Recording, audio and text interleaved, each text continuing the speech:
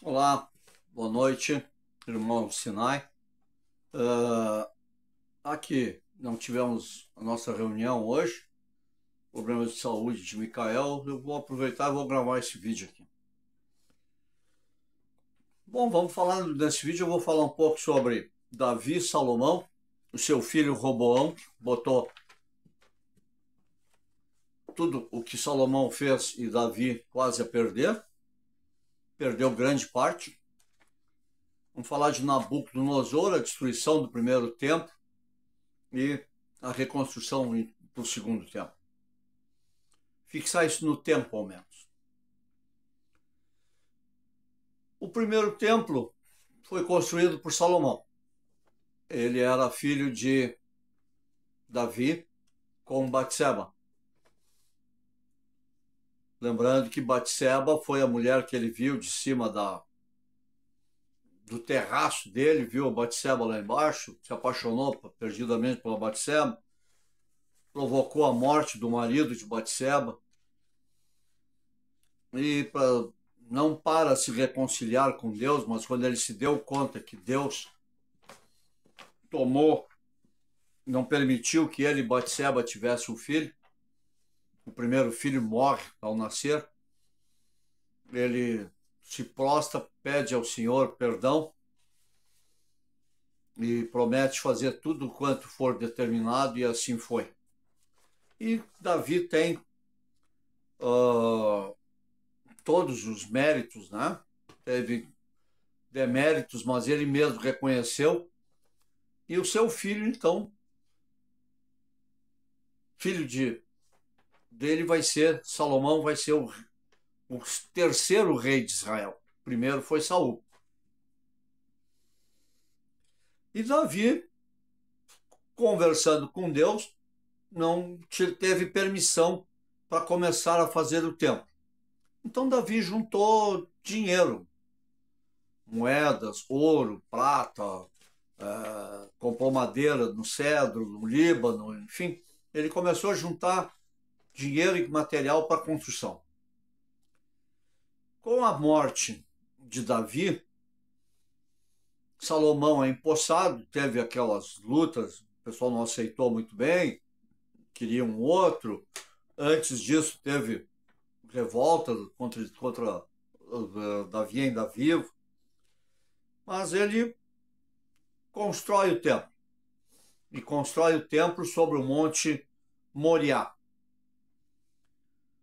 E o templo, nós estudamos com mais vagar lá no tempo das aulas, lá, né? Ele tinha o quarto santo e o santo dos santos.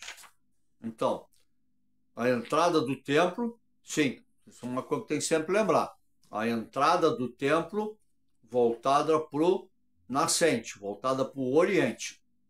Então, o santo dos santos vai ficar nos fundos do templo, e é por isso que os judeus hoje se reúnem em Jerusalém, no Muro das Lamentações, que só nós ocidentais chamamos de Muro das Lamentações, porque para os judeus é Hakotel HaMaravi, ou seja, o muro ocidental.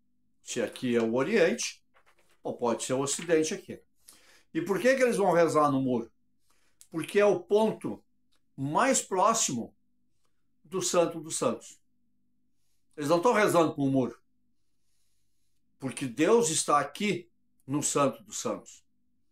Mesmo que o templo não exista, Deus está aqui. Porque aqui, no Santo dos Santos, está a pedra onde foi, segundo a tradição, criado o universo. Era então a pedra onde Abraão foi ao Monte Moriá e ia sacrificar o seu filho, seu mais amado, que era Isaac, e na última hora Deus mostra para ele assim, não faça isso.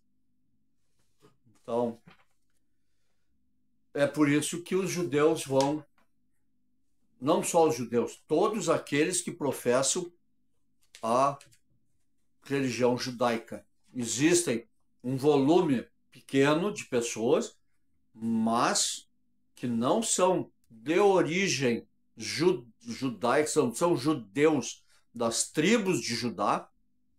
Então, como eu falei no outro vídeo, esse pessoal dos Beta Israel, existem outros grupos no mundo, inclusive aqui nos Andes, em 1870, 90, por aí, um rabino foi morar lá em cima nos Andes. E ele criou uma comunidade judaica à sua volta. Peruanos, incas, descendentes, estão lá em cima, com uma comunidade judaica, com direito à imigração para Israel. Eles não querem ficar aqui nos Andes. Quer dizer, alguns querem ficar, alguns foram. Isso aí é livre vontade. Então, Salomão, né? Então eles ficam orando no muro, não por causa do muro, não. O muro não é santo, porque é o ponto mais próximo, são 70 metros, que eles podem chegar do Santo dos Santos. Porque eles não podem subir na esplanada do templo, porque os árabes, principalmente aqui, agora então a gente fala de muçulmanos, não permitem o acesso de judeus à esplanada do templo. E lá em cima tem a mesquita de Al-Aqsa, que é uma mesquita, é o segundo ponto mais sagrado para os muçulmanos, e tem a mesquita da Cúpula Dourada. A Cúpula Dourada está em cima da pedra que eu falei. E existem fotografias dessa pedra batidas dentro da mesquita da Cúpula Dourada, em que tem uma marca na pedra, um retângulo esculpido para deixar planinho. E aí eles mediram. E os pezinhos da Arca da Aliança cabem naquele quadrado. Mas vamos adiante. Vamos deixar os detalhes para depois. Então Davi, pai de Salomão, filho de Davi e Batseba, começa a juntar dinheiro e bens para a construção do templo. E ele é proibido por Deus de construir o templo porque ele tem muito sangue nas mãos. Então Salomão começa a construção do templo. E ele cria uma situação em Israel. Lembra-se? Israel, então, vinha desde a região de Gaza, se lá é o Oriente e aqui é o Ocidente, vinha lá de trás de Gaza, subia, passava por Jerusalém e ia até onde hoje é a Samaria, até o início das montanhas de Golã. Isso tudo era o reino de Israel. Sim, do mar até o Jordão. Então lá temos a nossa direção de sol, né? As nossas coordenadas de sol. E Salomão constrói o templo e cria muito problema, porque ele começa a cobrar impostos e impostos. E lembrem-se, ele teve 600 concubinas. E sustentar 600 mulheres com uma vassalagem. Não sustentar 600 mulheres, nós sustentamos esse congresso com 600 homens e é uma fortuna que eles gastam, do nosso dinheiro. Então, para o Salomão conseguir sustentar 600 mulheres, com mais mulheres para servir as concubinas e mais os eunucos de aguarda, ele gastava um monte, gastava muito. Fora o que ele gastava com outras coisas de Israel. E quando ele constrói o templo, ele traz, porque o tabernáculo estava em Siló. Então a peregrinação era a Siló, antes de ser Jerusalém. Ele traz a arca de Siló e coloca ela no templo. O templo é abençoado, o templo passa a ser ponto de peregrinação anual de todo o judeu. Com a morte de, lembrem-se, Salomão, dentro dessas concubinas todas, ele teve como concubina a rainha de Sabá, que volta lá para a Etiópia e dá origem aos Beta Israel, que foram resgatados, como eu comentei com vocês no último vídeo. Aí então nós temos Salomão falecendo e entrega o poder ao seu filho, Roboão. O Roboão, em vez de aliviar a questão de impostos, ele aumenta a carga tributária. Quando ele aumenta a carga tributária, 10 das 12 tribos de Israel se revoltam contra Roboão, filho de Salomão, filho de Davi, e eles lá na Samaria, na parte norte de Israel, lá na Samaria, eles fazem um templo, botam um boi na frente de metal, e aqui é a peregrinação. Não tem mais que ir a Jerusalém. Vão lá adorar o boi. Pois é. É porque o boi, ele é representado pela primeira letra. Quando tu pensa na primeira letra, Aleph, do alfabeto hebraico, a ideia da letra é um boi. A força de um boi, a tenacidade, o trabalho, enfim. E é a letra de Deus, Aleph. Então eles botaram esse boi lá para mimetizar a presença de Deus e partiram para a idolatria. Coisa que depois, mais adiante, vai vir a Jezebel, aumenta ainda mais a idolatria, e aí Nabucodonosor toma o norte de Israel primeiro, pega as tribos de Israel e diz: bom, vocês estão aqui, se vocês ficarem aqui, vocês não vão me pagar impostos e eu vou ter problemas com vocês. E dispersou os caras, levou lá para a Babilônia e em outros territórios e foi dispersando aquelas tribos. Eles já não estavam fazendo as anotações das linhas de Gênesis. Tem um nome isso, quando tu anota todos os ancestrais, né? A ancestralidade. Quem fazia isso eram os rabinos. Os rabinos não iam lá para cima, porque eles criaram outros rabinos lá na Samaria, né? E ficou aqui embaixo Judá com a tribo de Benjamim, em Jerusalém. Bom, depois Nabucodonosor se desacerta com Jeroaquim, cerca Jeroaquim, aí o Jeroaquim, tá, tudo bem, então vamos fazer um acerto aqui. Tá, eu pago tributo para o Nabucodonosor. Aí Nabucodonosor levantou o acampamento e foi embora, foi para casa. Passou uns tempos, o Jeroaquim disse: não vamos pagar tributo para Nabucodonosor. Aí se aliou com os egípcios, que também pagavam tributo para o Nabucodonosor. E aí ele não manda o tributo do ano para o Nabucodonosor manda pedir, ele só não vou mais pagar. O Nabucodonosor desce com as tropas, os egípcios não mandam os exércitos que tinham combinado de mandar, fica Jeroaquim pendurado no pincel e eles destroem Jerusalém. Além de destruir Jerusalém, destroem o templo de Jerusalém.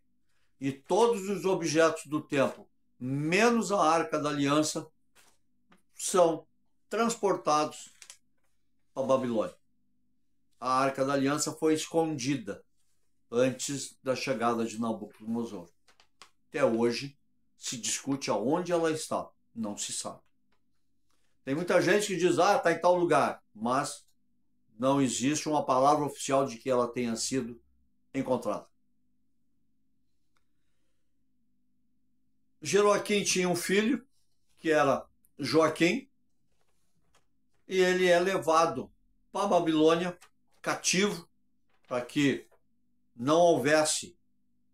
Sim, as pessoas de Jerusalém e adjacências são presas e levadas e dispersas dentro do reino da Babilônia. E com eles vai Daniel, o profeta Daniel. E lá na Babilônia, Daniel consegue organizar uma rede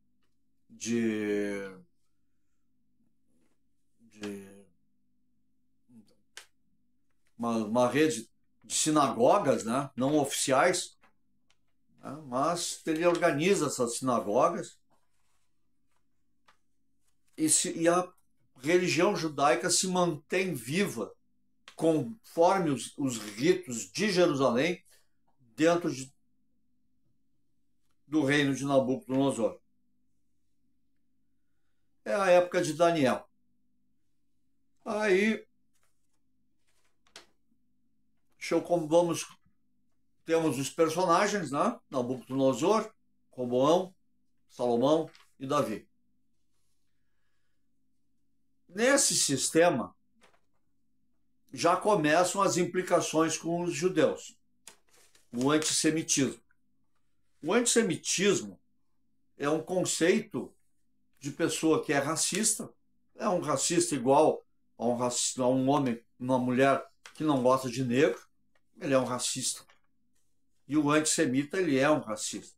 Só que o antissemita, ele consegue ser contra judeus e contra árabes. Não estou falando nem de muçulmanos. Muçulmanos é a religião. Aí é contra uma religião. Mas eu estou falando... Aí o que acontece? Nós temos os antissemitas. Eles são contra esses dois povos, árabes e judeus. Em geral, isso se predomina sobre os judeus. Mas não que não haja contra árabes. Nós temos isso aqui também. Tanto que grande parte dos árabes aqui são chamados de turco.